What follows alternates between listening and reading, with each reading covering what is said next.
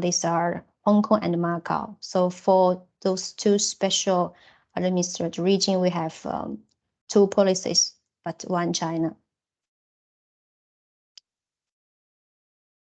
And for those provincial level government, they have their own right to exercise their own management policies, but they need to first obey the policies and the regulations under the central government. So this is very important for you to know.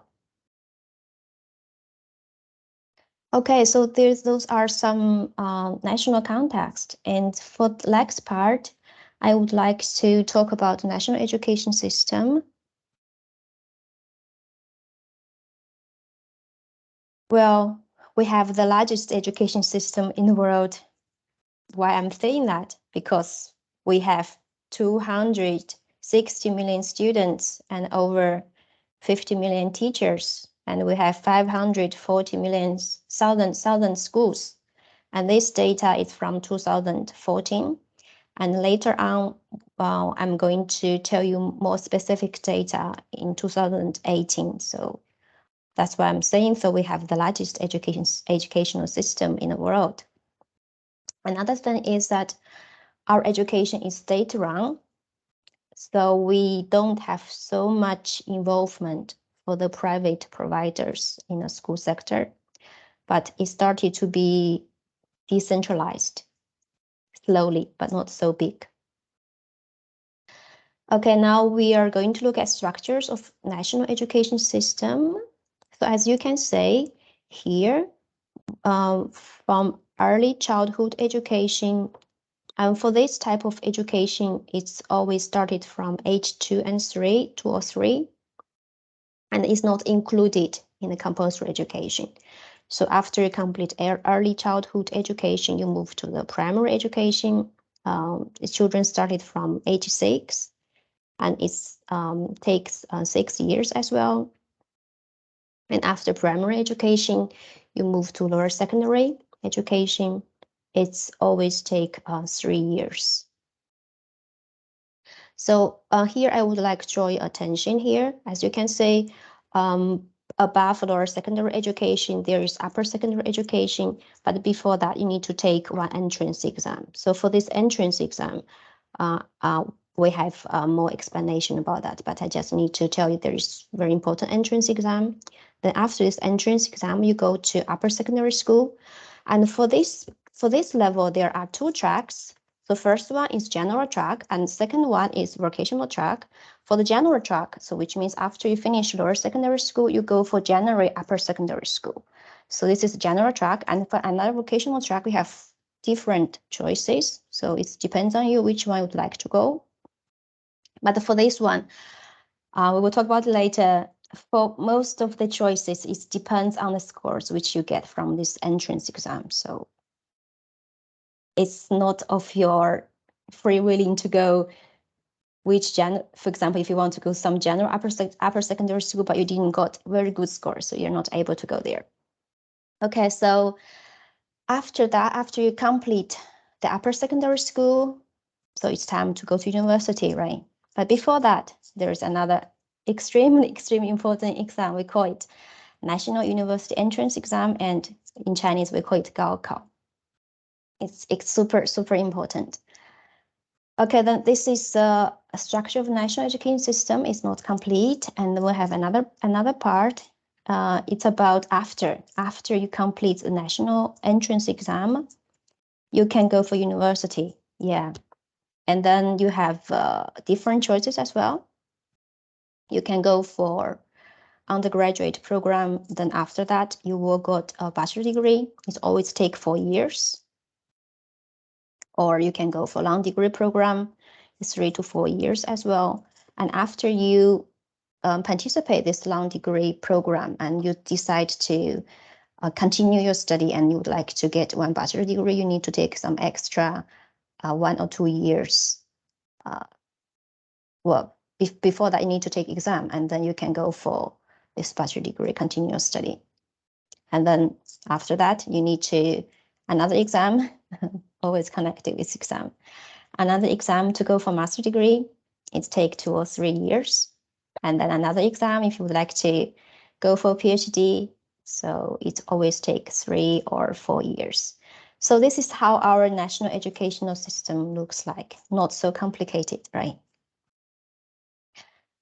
And as already mentioned that I would like to show you more numbers of our national education system of China. So here are some key numbers which I tracked from this website.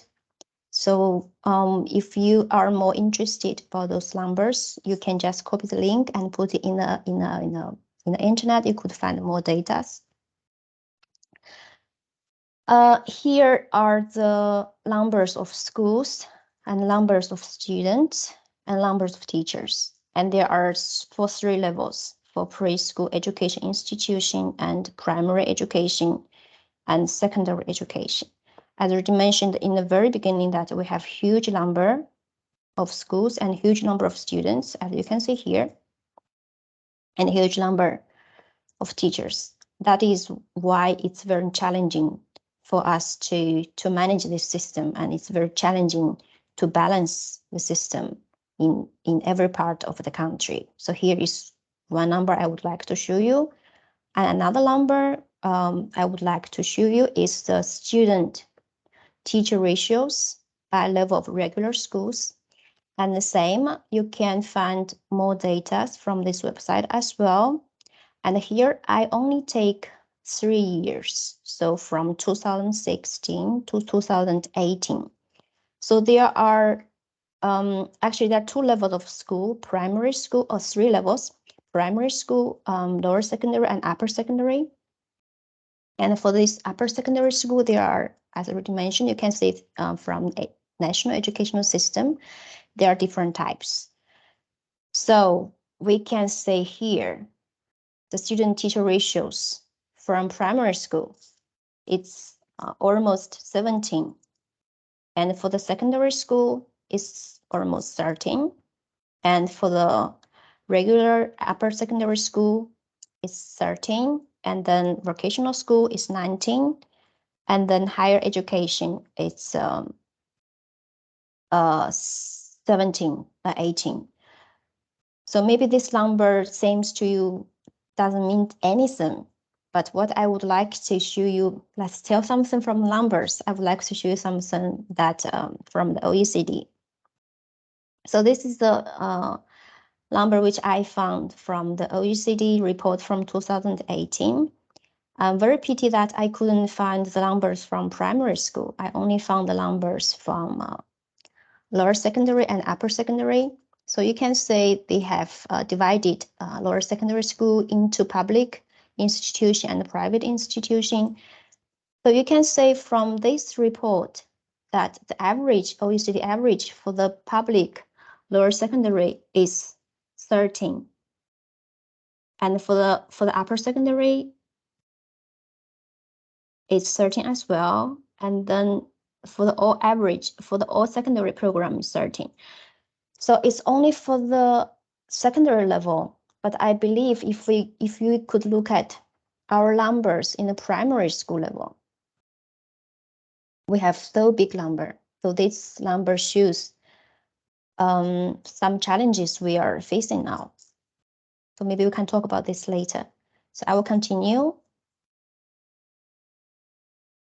So our primary education lasts 6 years, which I already mentioned, and it's for children aged from 6 to 12.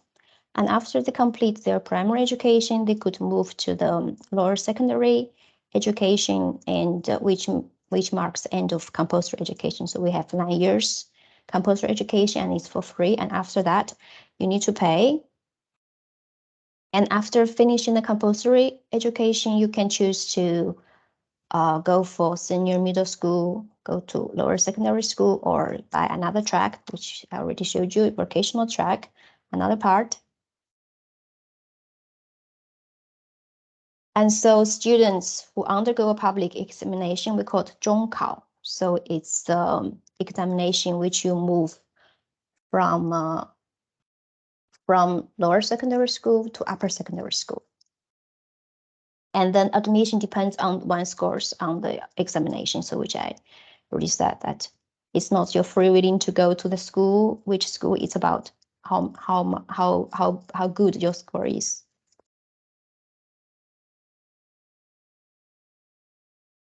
So in the end of general program, pupils can get senior middle school graduation certificate.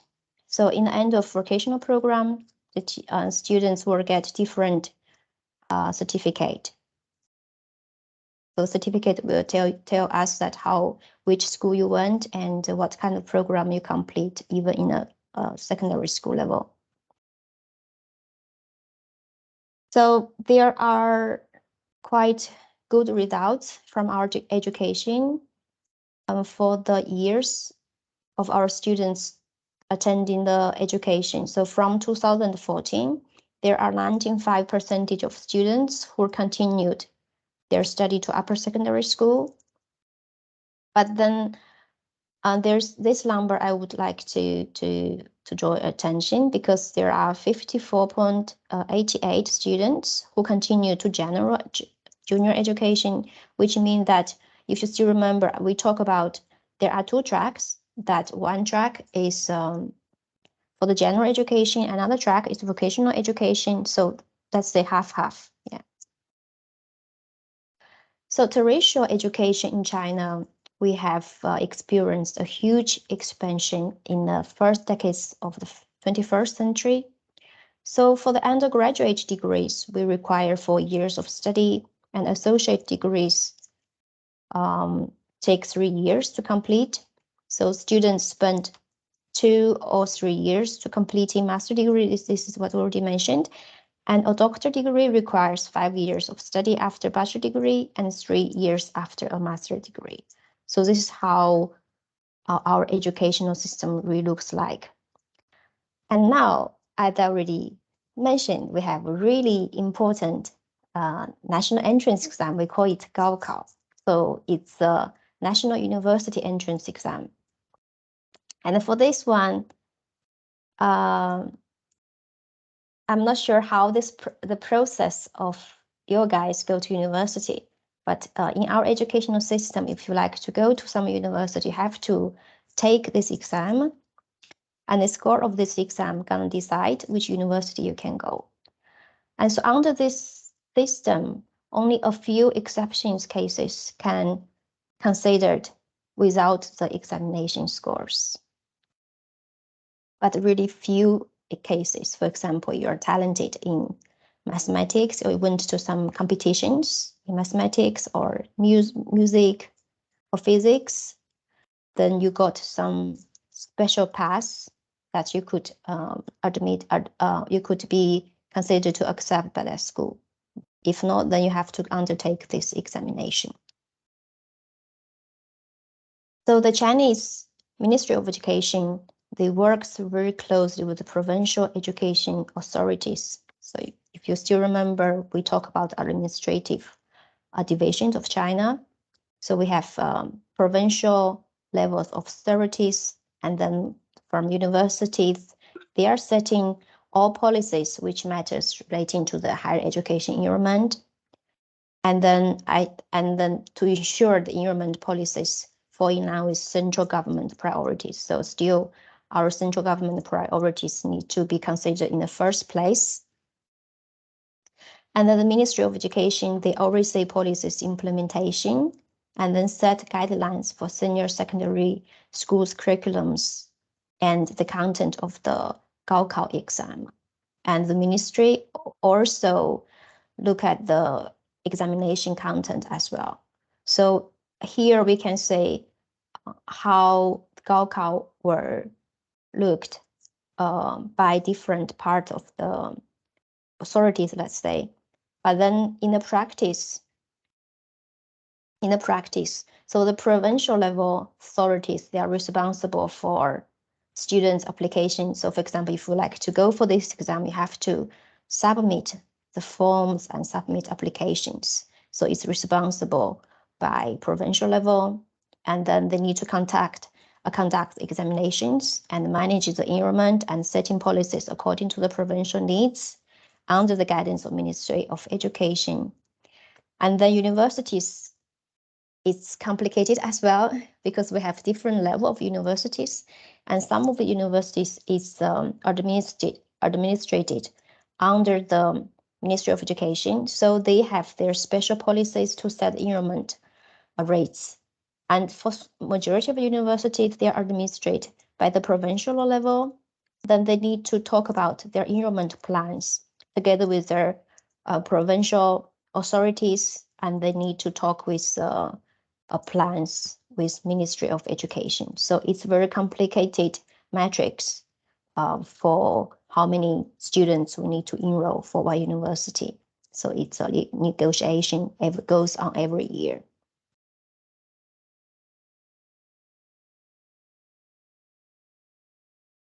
And here are some pictures I would like to show you. Well, it's in the classroom. So you can say the students who are sitting in the classroom and they are preparing their Gaokao. So they are preparing their entrance exam. So you can say very big classroom and lots of study materials, and students will study hard for this. That is very important exam for them. And here are some pictures I would like to show you that when the students went to the examination, what the parents do, they went to temples to pray that their children could have good scores for this examination. And those are another picture which I presented here, is that when the children went for the examination, the parents were waiting outside, outside to pick them up or to encourage them for the examination. So students and parents are super nervous, and then they put lots of efforts to prepare this exam. And these pictures to show is how the societies, for example, policemen and securities, they just make sure that everything goes right during examination. Nobody gonna interrupt this examination. So the whole society were supporting the examination to complete in a successful way. So you can say, as I already mentioned, that how important this examination means to the whole society. Okay, then this is our education system. And next part, I would like to talk about our curriculums, how the curriculums looks like in China. Well, we have centralized curriculums till 1988. And then from then, we started to decentralize our curriculums. And there are two notable curriculum reformed from beginning of this centuries. One is called Basic Education Curriculum Reform. It's initiated in 2001 from the Ministry of Education. Another one is called National Middle and Long-Term Educational Reform, 2010 to 2020.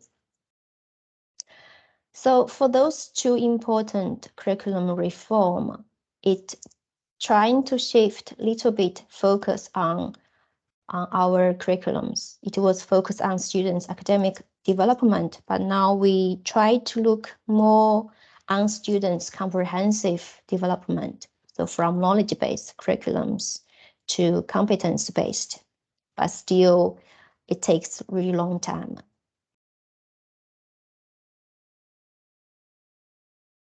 And here is how it looks like, our curriculums, which we provided for our compulsory education. So as you can see from this picture, so the times of each subject, you can say there are first from left, ranked first from left to right, then from top to bottoms. So what I think what can be very interesting for you is this moral and life. It's we put it as a really important place in our curriculum, especially for the compulsory education. But if you could look at it most detailed, we can say there are three parts for this moral and life. Is ideology and morality, and history and societies, and then science. Then we have integration practices, activities, and you can say from here it's mainly included information and communication technologies, and research-based learning, community services, labor and technical education. So this is how one example of how our curriculum looks like in the compulsory education level. As you can see, we put lots of efforts on how to teach our children about Chinese language and mathematics as well.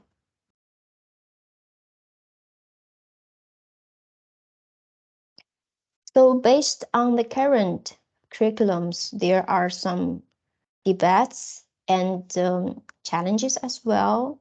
So the first one, so we're asking how can China create a curriculum that prepare our students for the future? So the first one we were thinking about, probably we can write some digital literacies and data literacies for our students. So this is the definition. What does a digital literacy means and data literacy means? So we can have a look. So digital literacy is defined as ability to find, evaluate, and organize information in a digital context, and draw on digital tools and competencies. For the data literacy, it refers to an individual ability to read, work with, analyze, and distribute data. So this problem that in our educational system is that we don't have so much teaching hours or working hours for our students for that. So as you can see, from the PISA 2018, which surveyed the amount of computer resources of 4 Chinese provinces, showed that computer abilities in China schools is relatively low compared to the average levels of OECD countries. So these results showed some problems that in our, or challenging, or some spaces we still can work on in our educational system. And the second part is about data literacy as well. The thing is that we don't have any specific courses which are designed to improve students' data literacy. But seems to us that we have a really, if you still remember the pictures which I showed you before we put mathematics, really big portion. And some of the expert says that probably this can be a signal that we have some independent subject which can cover the content of data literacies.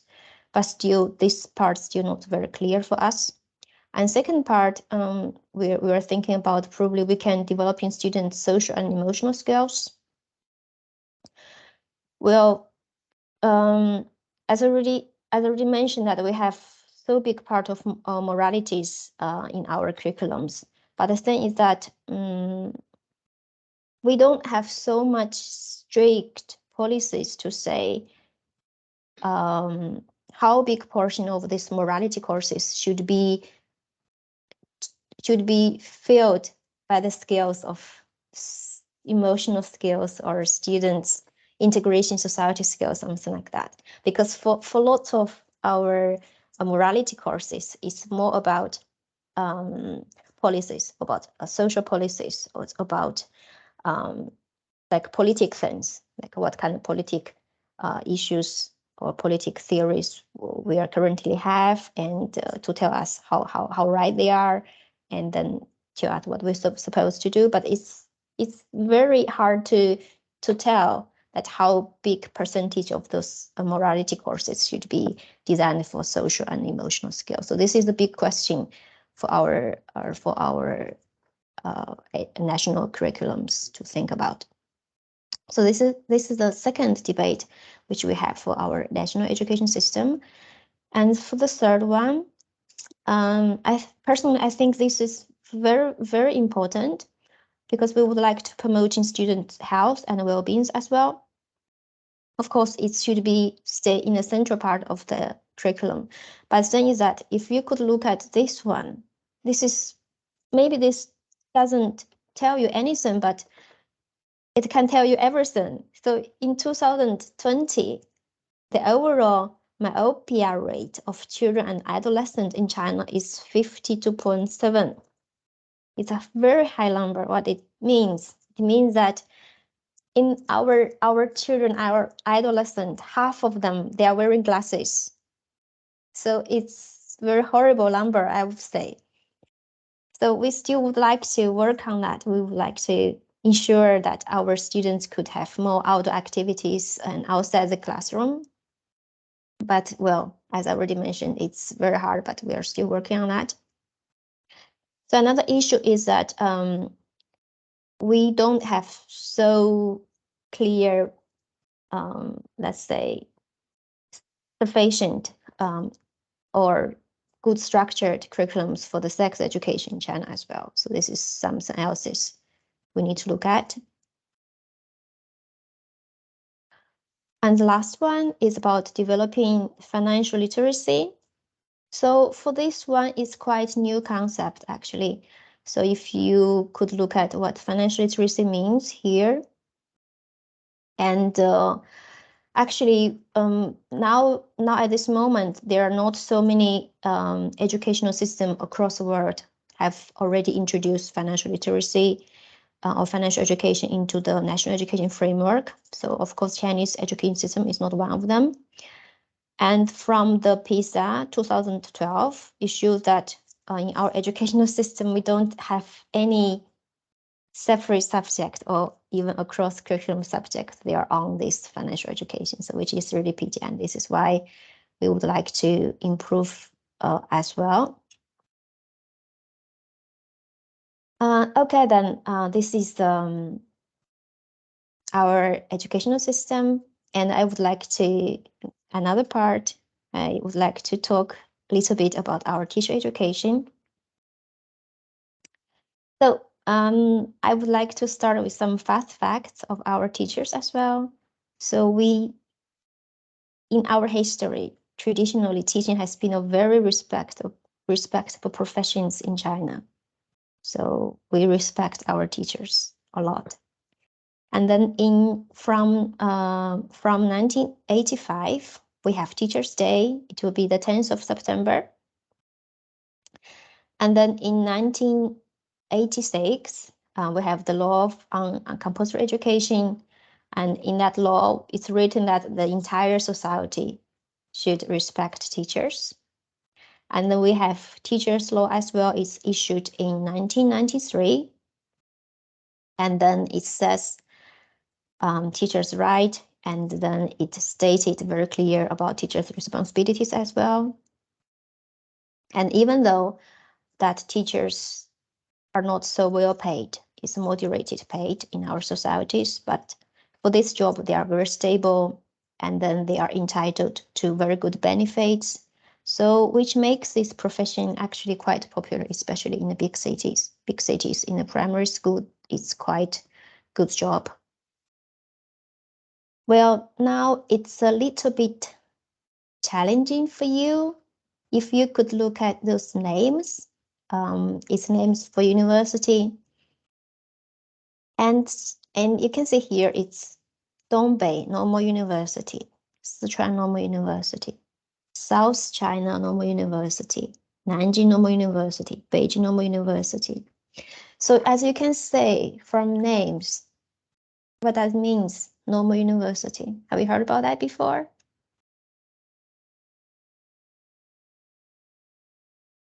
No, never.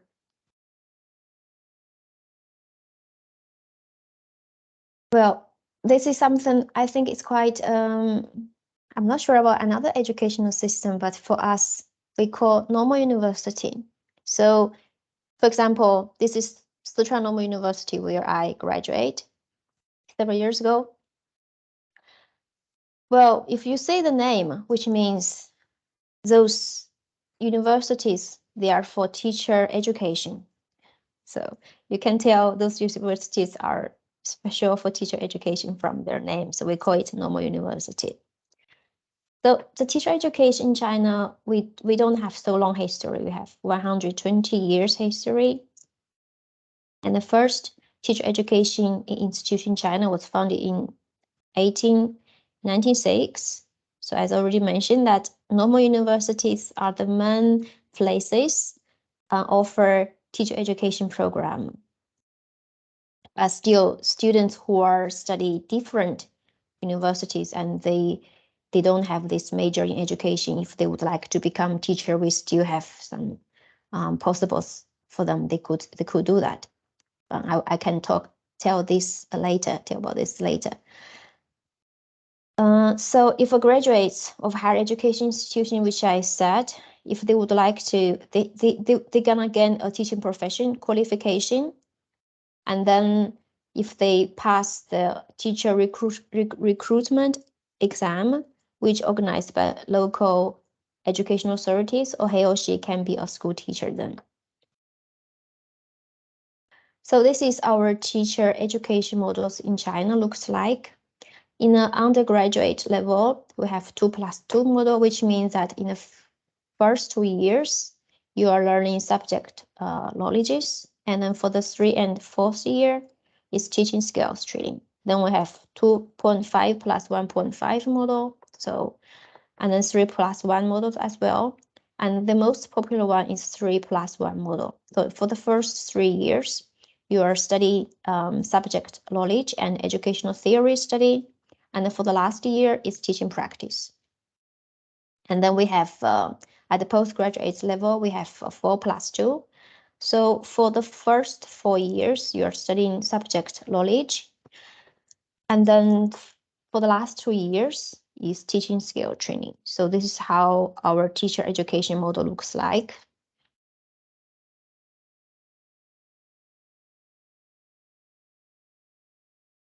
And what I would like to emphasize here is that for the subject knowledge is much more emphasized than the pedagogic knowledge.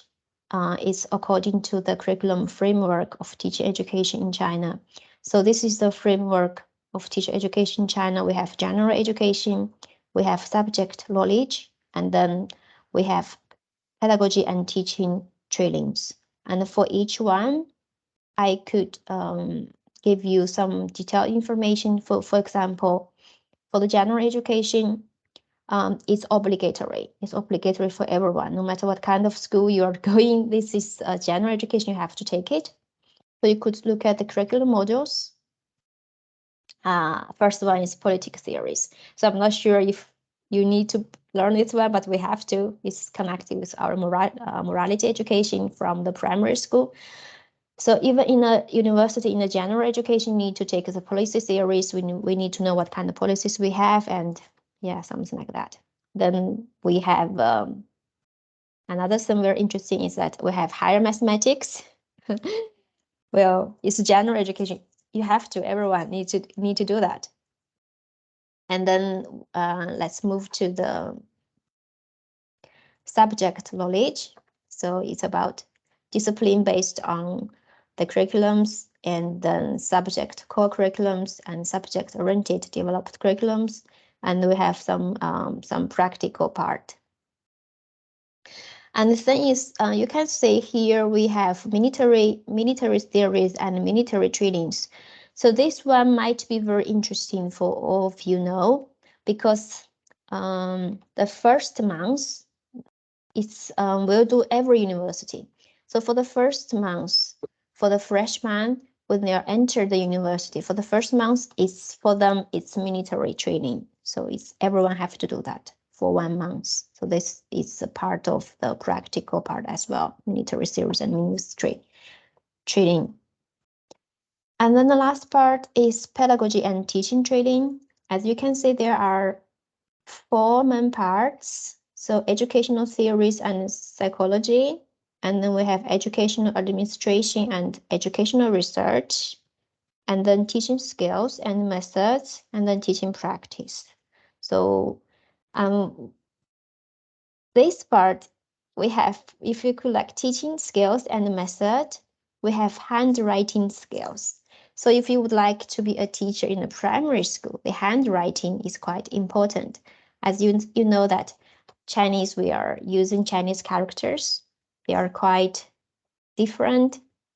And then to write these Chinese characters, you have to write in orders. So for every character, you need to follow specific order to write them. That's why we need to put handwriting skills in the curriculums as well. So it's connected with our culture and our language. Okay, so for the teacher training, we have different levels. We have national level, for example, Ministry of Education. Then we have Department of Teacher Education. We have university level. In each university, we have Center for Faculty Development. Then we have provincial level. For example, each province, we have teacher training centers for higher education, or for example, here, Beijing Teacher Training Centers for Higher Education, or Hulan, it's a name of one province as well, higher education teacher training centers. So for teacher training centers, we have different levels as well. And here is one example how the Center for Department Faculty Development of Beijing Normal University looks like. And you can click the link. Well, it's in Chinese, so you'll not understand. So for this center, the main content, they have teacher support services. For example, if a teacher have any problems or if they would like to asking for professional helps, they could do consultation, teaching consultations.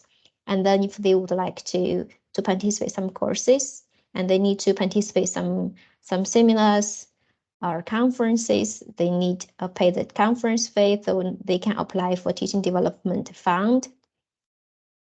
And then communication and cooperations. And then there are some information about some training and seminars information, and they could just go and click it and apply it. And we have some special training program for new teachers. And then there are resource platforms and policy and documents. This is how this center looks like for this main content. Well, let's move to the qualification and recruitment of teachers.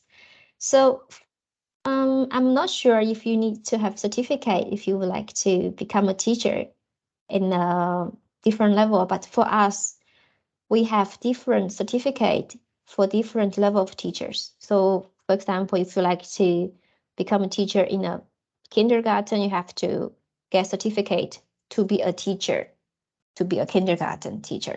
Then if you like to become a teacher in a primary school, you need to get a certificate that you are qualified to be a teacher in a primary school.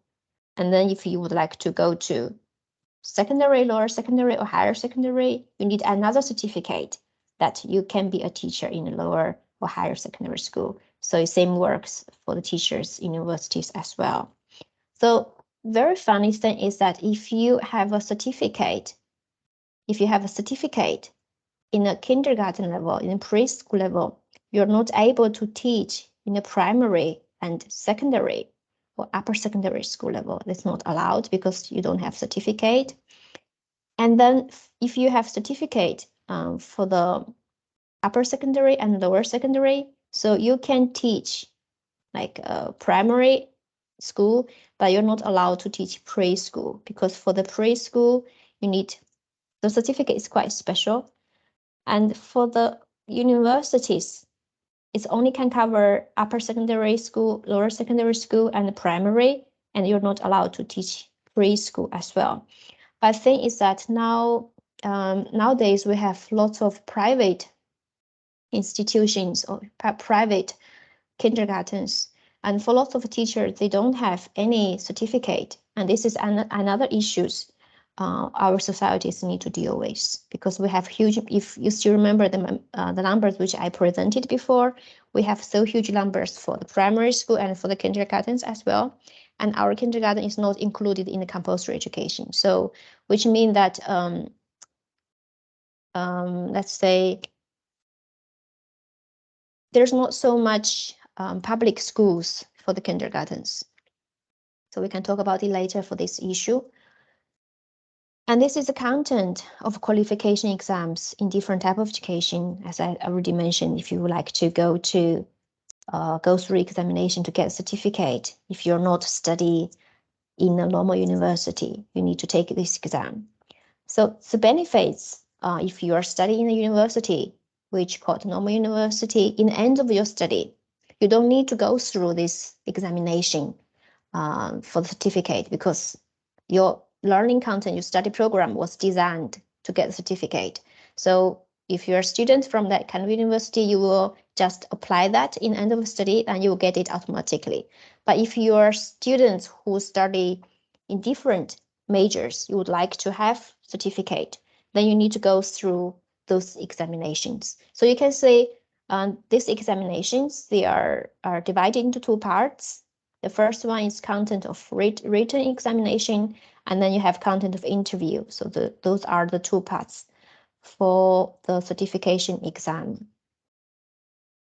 So payment is important, but as already said, that the teacher's payment is not so good in China.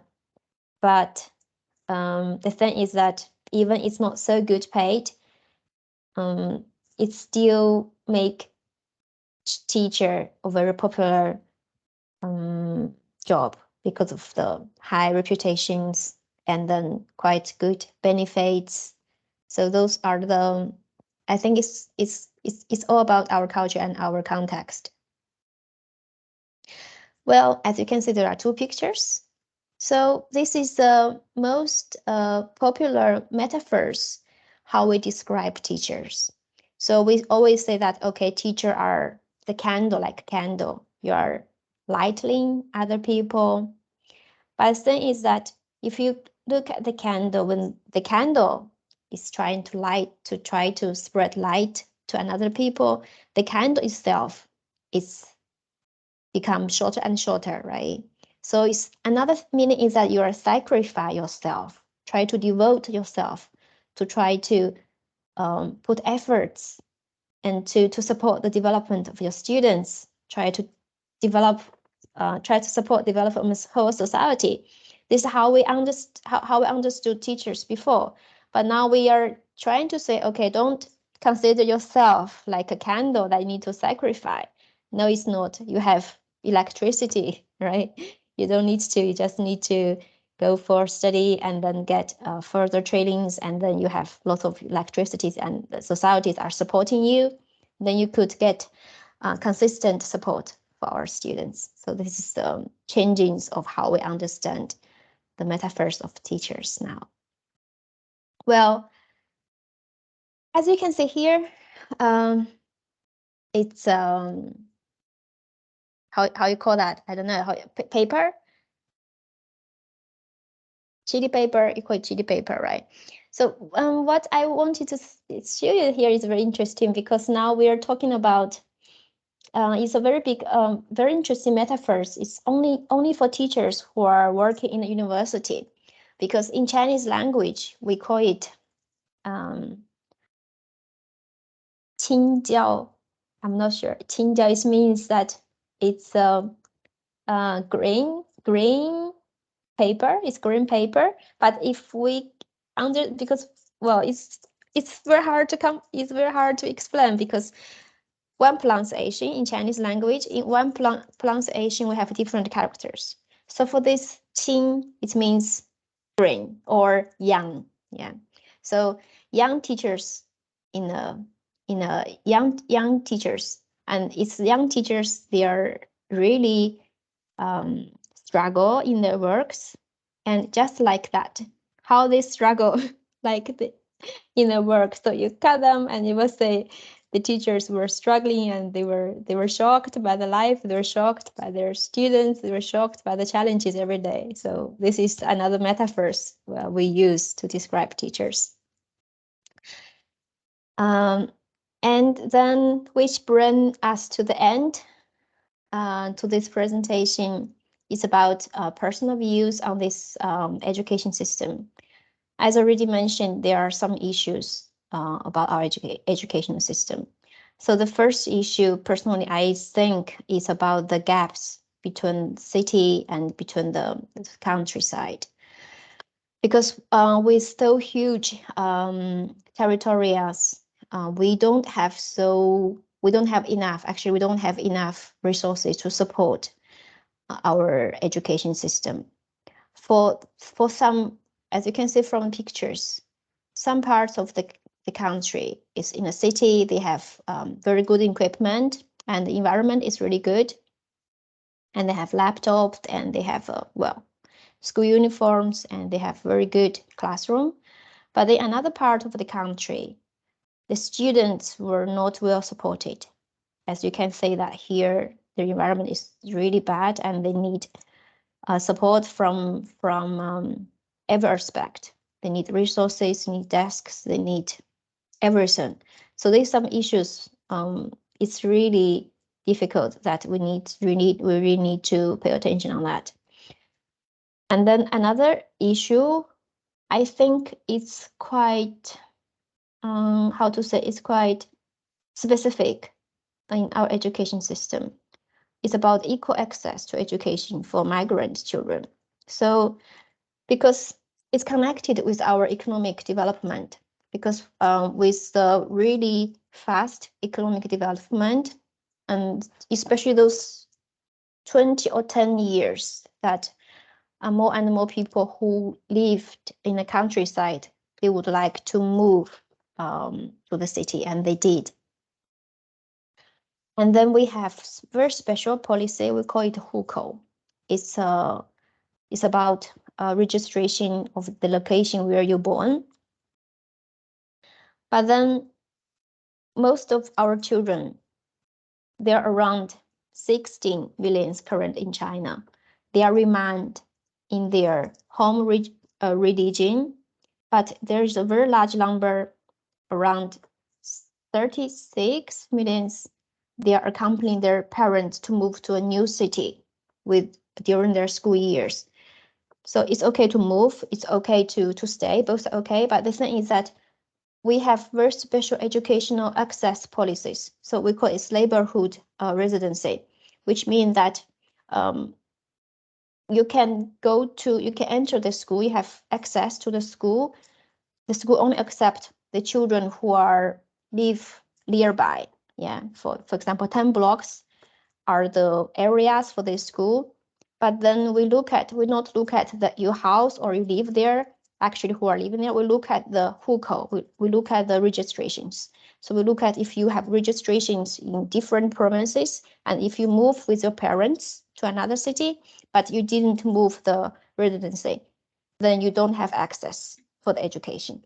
So those are the issues that for lots of children who moved with parents to new cities, they don't have access to the education, so which cause also problems for their parents, for themselves, and for the whole societies. And if the parents let their children stay at home with grandparents, which is not good as well. If they have access to education, they have to leave their parents, so they suffer both mental health and educational consequences. So this is the second issue that personally I think is quite serious in our education system. Okay, then I think this brings us to the end of my presentation, and thank you very much. Do you have any questions? Feel free to ask.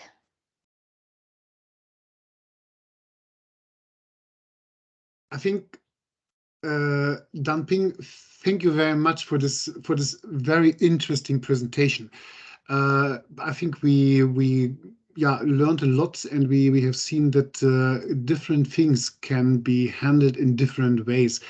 If you don't mind, there was just somebody who wanted to ask a question, but Yeah. I would suggest that we have a short break now, that we come back 7:30, so within 11 minutes. Yeah. And then we going for 30, 45 minutes, depending on how long it takes, and go and discuss all the questions we have. Is that okay with you? Yeah, sure, no problem. Okay, so then thanks again, and we see each other again in 10 minutes, half past 7, and I will stop the record now. Okay, Yeah. thanks a lot. Okay. See you. Thank you. See you later.